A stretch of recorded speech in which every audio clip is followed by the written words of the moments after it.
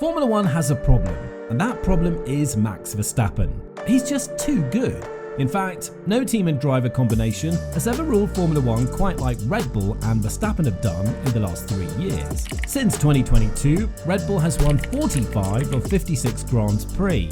Last season, Verstappen set the record for most wins in a season, 19 from 22 races. And if the 26-year-old continues this trend for a few more seasons, he could challenge for the title of F1's all-time wins leader before he even turns 30. Now, Max Verstappen's crushing superiority in the Red Bull car has sparked questions that the sport's decision makers must be considering. Can they and will they try to end the Verstappen era? Well, let's find out. At the 2023 Belgian Grand Prix, Max Verstappen put on a masterclass. Starting from 6th on the grid, Max Verstappen went on to win the race, and he made it look so easy. By lap 17, he'd overtaken his teammate Sergio Perez, who, let's not forget, was driving the exact same car. We ride through Radion Corner. We're getting closer to the back of his teammate with every metre that we run. Now we're going to get DRS, and there will be nothing that Perez can do. Max Verstappen takes the lead of the Belgian Grand Prix. Easy as you like. First place in the race on lap 17. By the end of the race, Verstappen was a whopping 22.3 seconds ahead of Perez, and that's with Max easing up for the final third. It was a familiar sight, Verstappen untouchable, dominating yet another race. Domination in F1 is nothing new. Remember Red Bull's reign of terror a decade ago? From 2010 to 2013, Sebastian Vettel and Mark Webber were a dynamic duo, leading the team to 4 consecutive Constructors' Championships. Vettel, in particular, was on fire, winning 4 straight drivers' titles. But then came 2014, and with it, the switch from V8 to V6 engines. Red Bull's trusty Renault engine started to falter, and their winning streak hit a brick wall. Mercedes saw this as their golden opportunity to dominate, and dominate they did. Now, from 2014 to 2020, Mercedes won both the Drivers' and Constructors' Championships every single year. Out of 136 races in those 7 seasons, they bagged an astounding 101 wins. Their 2016 season was particularly impressive, with 19 wins out of 21 races and 13 double podiums. The only real competition that year was the fiery rivalry between teammates Nico Rosberg and Lewis Hamilton, which culminated in Rosberg taking the title and then dropping the mic by retiring. Ferrari, the most successful F1 team in history, with 16 Constructors and 15 Drivers' Championships, also had their era of dominance from 2000 to 2004. Michael Schumacher led the charge, winning 5 titles in a row and shattering Juan Manuel Fangio's record to become the first 7-time world champion. In 2004, Michael Schumacher wrapped up his final and most impressive season with Ferrari by winning 12 of the first 13 races, clinching the driver's title 4 races before the season ended. With a combination of blistering pace and rock-solid reliability, Ferrari easily outpaced rivals Williams and McLaren, cruising to a victory in the Constructors' Championship by a comfortable margin. Dominance in F1 isn't just a thing of the 2000s. Even in the 90s, we saw some serious powerhouse teams. Take 1998 for instance. McLaren was unstoppable with their legendary MP44.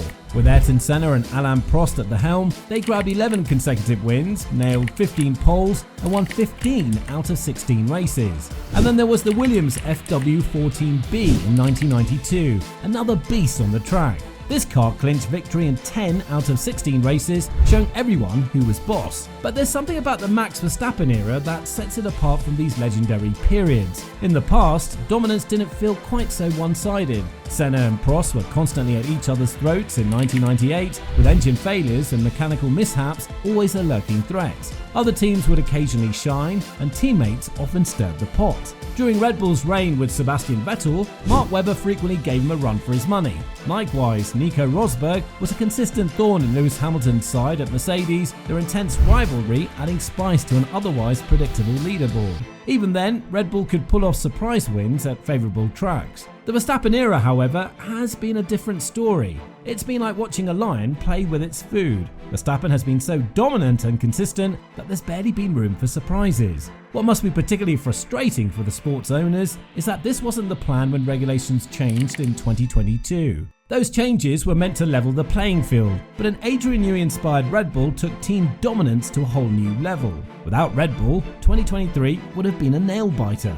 In an alternate 2023, we would have seen 5 different winners: Fernando Alonso, Carlos Sainz, Charles Leclerc, Lewis Hamilton and Lando Norris, with Alonso and Hamilton duking it out for the title. 4 teams, Mercedes, Ferrari, Aston Martin and McLaren, will be trading wins, with the advantage shifting from race to race. Mercedes team principal Toto Wolff summed it up perfectly during the summer break last year. He stated, "We just need to take Max out of the equation. It would be a fantastic season with close racing, but the stopwatch never lies. There is just one guy, one car above everything else. We've just got to catch up. There's no choice." And last April, after Red Bull absolutely dominated the first 3 races, including Verstappen's jaw-dropping climb from 15th to 2nd in Jeddah, F1 chief Stefano Domenicali was hopeful. He said, "The championship is very long, and I think we're going to have good surprises soon." But that wasn't the case. Max went on to win 19 races last season, the most we've ever seen from any driver in a single season. However, we have seen some surprises in the 2024 season. Lando Norris, Carlos Sainz, George Russell and Lewis Hamilton have all snagged race wins this season. But let's be real, these were more about Red Bull having an off day than a true head-to-head showdown. Domenicali has made it clear there's no interest in putting the brakes on Red Bull's dominance. Instead, he's hinted at strategies to shorten these domination cycles. He stated, "F1 has always had periods where one team is dominant and then another takes over. Our goal should be to make these cycles shorter in the future." This isn't just a philosophical debate. There's a real worry that the new fans and viewers, especially those in the US, drawn in by the epic 2021 title fight between Hamilton and Verstappen and the Drive to Survive series, might get bored if Verstappen keeps winning without breaking a sweat. A rule change to reel in Red Bull for 2025 might be on the cards. Remember how after Mercedes' 2020 dominance, they introduced a bunch of rule changes to the car floors. Officially, it was for safety, but it conveniently hit the low-rate cars like Mercedes hardest and gave the high-rate cars like Red Bull a boost. The result was a thrilling 2021 season. Now, similar tweaks could be in the works. Red Bull and Verstappen absolutely deserve their success. They've been brilliant and their dominance is well earned. But that's exactly the problem. Their relentless control might be too much of a good thing. Right now, there's no crystal ball suggesting that F1 2025 will look much different from what we've seen in recent years. But remember how we felt the same way at the end of 2020, about 2021, and then everything changed thanks to the rule changes. Sure, it often takes a significant rule change to shake things up, like whole race tyres tripping up Ferrari in 2005 or the hybrid era knocking Red Bull Renault off their perch in 2014. But we might even see the end of a Verstappen era without a big rule change, thanks to the law of diminishing returns. Here's what I mean. We're in the 3rd year of the current regulations, and this is typically when other teams start closing the gap. Red Bull and Max Verstappen may have the genius of Adrian Newey on their side, but the other teams aren't slouches. It's only fair to expect them to catch up. And maybe that's why we've seen a number of different race winners this season. With McLaren on the rise, Ferrari finding their footing, and Mercedes too historically good to keep getting it wrong, it feels like it wouldn't take much of a stumble from Red Bull to mix things up. We're reaching a point where the performance at the top is starting to level out. If that's the case, finding more performance for the leading teams becomes tougher, and the gap to the front might close. It's too early to jump to conclusions, but if the pattern repeats itself, we could be witnessing the end of the Red Bull Max Verstappen dominance and the dawn of a more competitive era.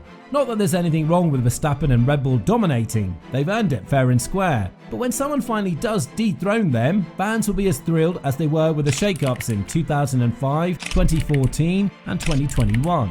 Everyone loves a good competition.